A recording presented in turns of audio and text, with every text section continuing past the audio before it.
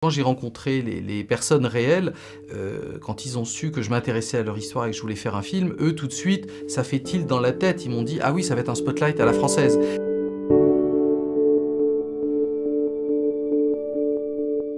C'est un film qui est inspiré d'une histoire réelle qui s'est passée à Lyon, en France.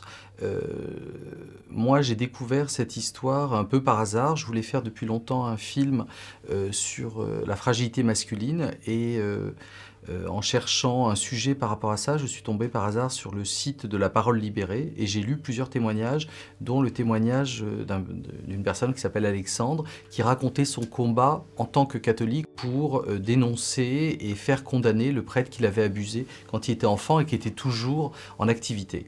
Et donc je l'ai rencontré, je l'ai contacté, il m'a apporté énormément de documents qu'il avait par rapport à son combat et très vite je me suis passionné pour cette affaire. En fait, la construction du film, elle vient du réel, hein. Ce que je trouvais intéressant, c'est qu'il y ait justement ce passage de relais. Ça raconte quelque chose. Voilà, le personnage principal d'Alexandre fait son combat au sein de l'institution, alors que François, après, il le fait à l'extérieur.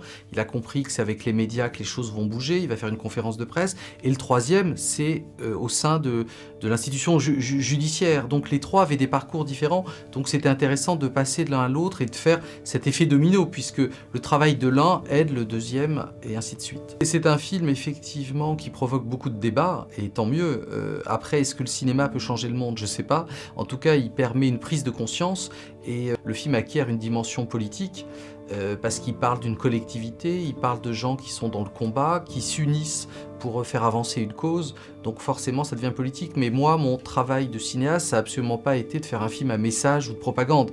Le film, il est là pour poser des questions, le film se termine d'ailleurs par une question, et c'est un film qui interroge et qui est plus là pour ouvrir le débat et permettre aux gens de discuter et de faire en sorte que les choses se transforment au sein du silence et de l'omerta dans l'Église par rapport à la pédophilie.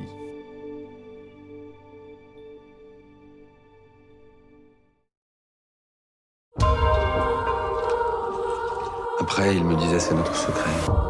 Et avoir la certitude d'être lu, il m'aura fallu 30 années. Ce que je veux, c'est qu'il avoue.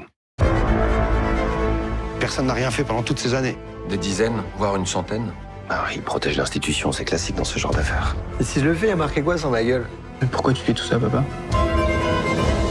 人生をかけた男たちの告発の行方は Pour que ce que j'ai subi se reproduise plus.